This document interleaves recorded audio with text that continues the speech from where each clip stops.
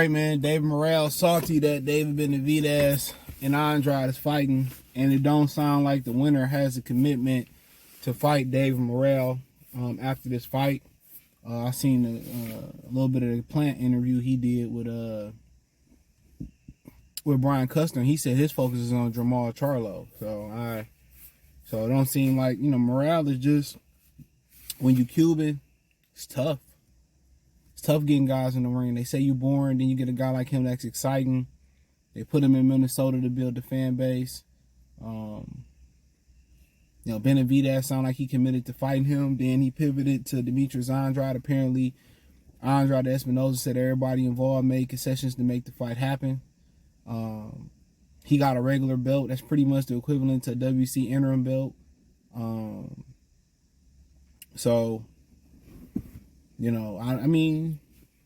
know why.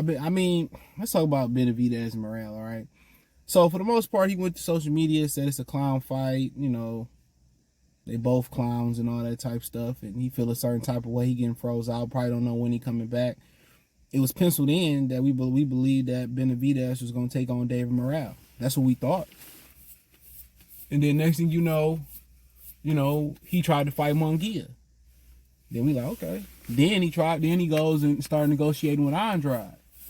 So, I don't know if they felt like they didn't want to fight Morrell. It wasn't worth the risk. He didn't have the name. It wasn't going to go on pay-per-view. It was going to be on regular Showtime. So that's something that I'll leave the reporters to ask them. But I can tell you from my vantage point, the risk wasn't worth the reward. I'm not even sure he got 10 fights yet, or he just got 10 fights.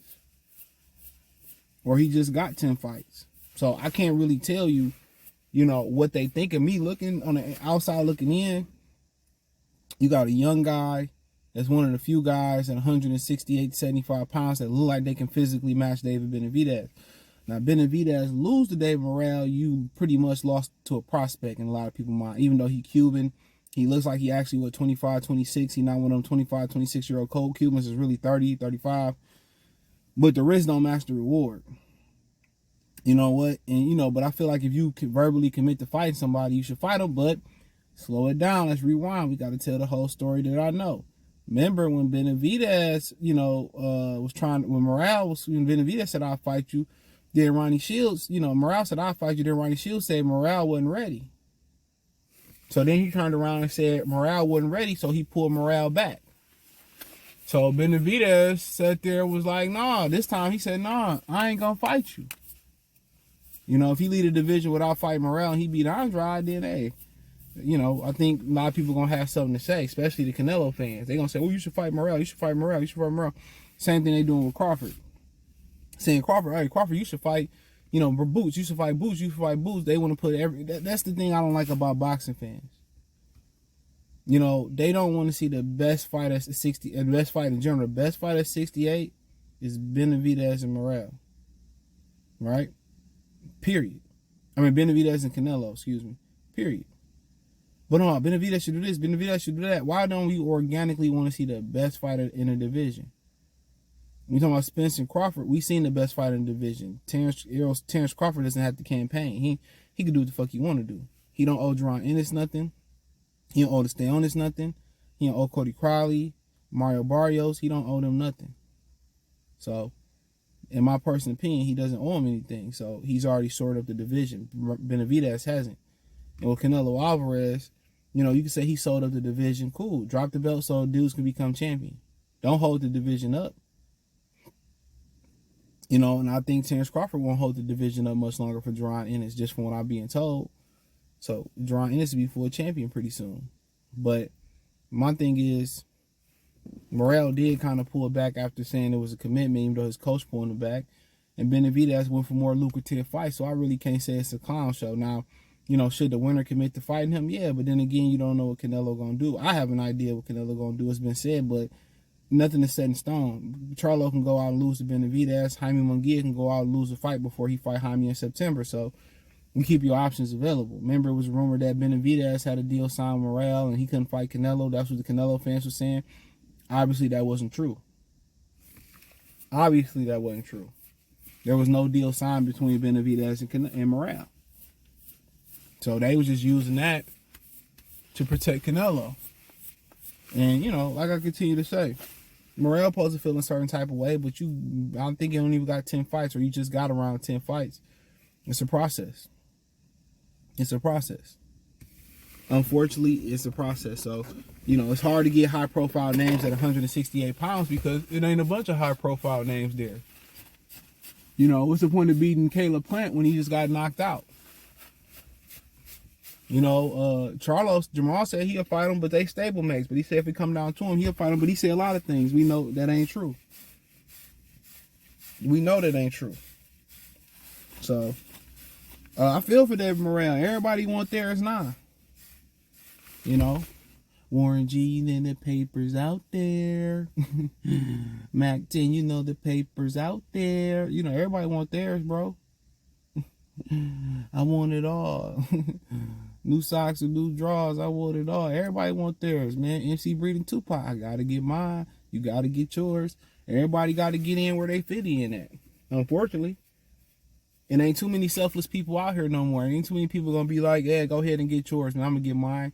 And parents ain't even like that no more. Parents getting theirs over their kids right now. So it's a very selfish world, and shit get inflated, shit get tight. Everybody worry about theirs and theirs only. So Morrell gonna have to do something. Continue to learn English. He got to smack Benavidez' wife on the ass. He got to choke the daddy. I mean, we seen when Gary Russell put his arm around Leo Santa Cruz daddy. Leo Santa Cruz ain't do shit. I don't think Benavidez cut like that, but sometimes you got to do the extracurricular bullshit. Sometimes, you know, exception to the rule. Sometimes you got to do some shit that's deemed goofy. You know what I'm saying? Because, you know, what niggas doing, they playing goofy. They playing goof troop out here. Sometimes you got to play goofy. Sometimes you got to put your arm around that nigga daddy. You be like, we was sonning, nigga. Your son ain't around right now. Tell that nigga, next time I'm going to take this damn hat off your head and this chain off your neck and choke your ass, nigga. And sometimes you got to do that. Then Benavidez gonna have to get in the ring. Sometimes you gotta be disrespectful. Sometimes you gotta send his wife some edible arrangements. Send his son some Christmas presents. I'd be a man, dude. I'd be a wild ass nigga. If he was ducking me like that, bro, I'd be a wild ass nigga. I'd be sending niggas wives, Victoria's Secret, you know, bundles and shit like that. I'd be sending niggas mom flowers on Mother's Day, saying when your son gonna come fight me. Tell your son again, man. I'd be a disrespectful motherfucker, just straight up and down. I'd be very disrespectful. These niggas ducking like that, I'd be very disrespectful. Wouldn't be no street. But we ever seen that? It's a classic in my opinion. This is a 2000s classic. Never Back Down. How he kept manipulating him by his dad dying in a car crash, and then he wanted to fight even though that's how I be manipulating these ninjas, bro. So Dave Morrell gonna have to continue to learn English, continue to get creative, stay active. It's possible, but then you got to start pulling these ninjas whole cards. Because he is at the top of the division, like it or not. I like to see him fight some more top opposition. Who he going to fight? John Ryder, Rocky Fielding, you know, Billy Joe. Some of these dudes ain't nowhere to be found. Danny Jacobs trying to reconstruct his career. There's nobody else to fight. You know, Caleb Plant just got knocked out. He just lost. He didn't get knocked out. He just lost. Excuse me, Caleb. So it ain't nobody to fight. Who you going to fight? So really, ideally, he want to wait for the winner of this fight. He ain't gonna get Canelo. So, but good fighter. But I just think he do need a couple more fights. But where's that top tier talent gonna come from? Zach Parker. You know, maybe they should put him on a European tour just to get the reps. That's what I'd be doing if I was him. But he got a right to feel a certain type of way. Like you about to get a fight, and then he lobbying around. You know, he lobbying around to get other fights. I feel him. I definitely feel him. You think you got to fight, you about to get ready, and then he around here trying to do everything but fight you. But then again, you did commit to fight him, and then your coach pulled you out. So fair game. Fair game. Fair game. So I can't even 100% take up for him. But you know, he got a right to feel the way he feel though. He definitely do. He definitely got it right. My hair be getting thick as hell when I let it go. It's been a month. Been a month. The longer I let it grow, the more it wave up for some reason. I really want to go get my weeds, bro. I really want to let this shit lock up, but I don't want to go through the ugly phase of locks. I promise you I don't. I promise you. I promise I don't want to go through that ugly phase. My shit look dope though, for sure. I had twists before when I was younger. I was the man. But it is what it is, man. But yeah, I feel them, bro. I definitely be feeling people, bro. But sometimes, man, what E40 say on I know I'm going back to slanging yayo, to get my man. What he said, I used to ride the bench. He said I used to ride the bench. Everybody got to start somewhere, bro. He said, man, I used to ride the bench. So you got to understand, everybody got to start somewhere, bro. He just got to stay ready, stay in command, learn English, and be disrespectful. Hire me as his PR person. We'll get that tricky trout in the ring. Because, man, I got some ideas. I got some ideas, my guy. We get his ass in the ring. We ain't going to stop where Gary Russell stopped at, putting your hand around nigga daddy arm. Well, we ain't going to stop at that. We ain't going to stop at that. We ain't going to stop pulling up on the trainer like Terrence did there. We sending Braun panties matches to niggas. Why? We sending our sons turbo bands and Booster Porter turbo man. We sending them everything, toys, tots for toys. We sending sex toys to thought wives and shit. We doing it all. Come on, man. Come on. We pulling up like Mr. T pulled up on Rocky and his wife and they unveiled the statue. That's how we coming. That's how we coming, like Ice Revez on that G Herbo song. How we coming? That's how we coming. But hey, let me know what you all think. Thumbs up the video, share the video, subscribe to the channel. The subscribe button is the bell icon button.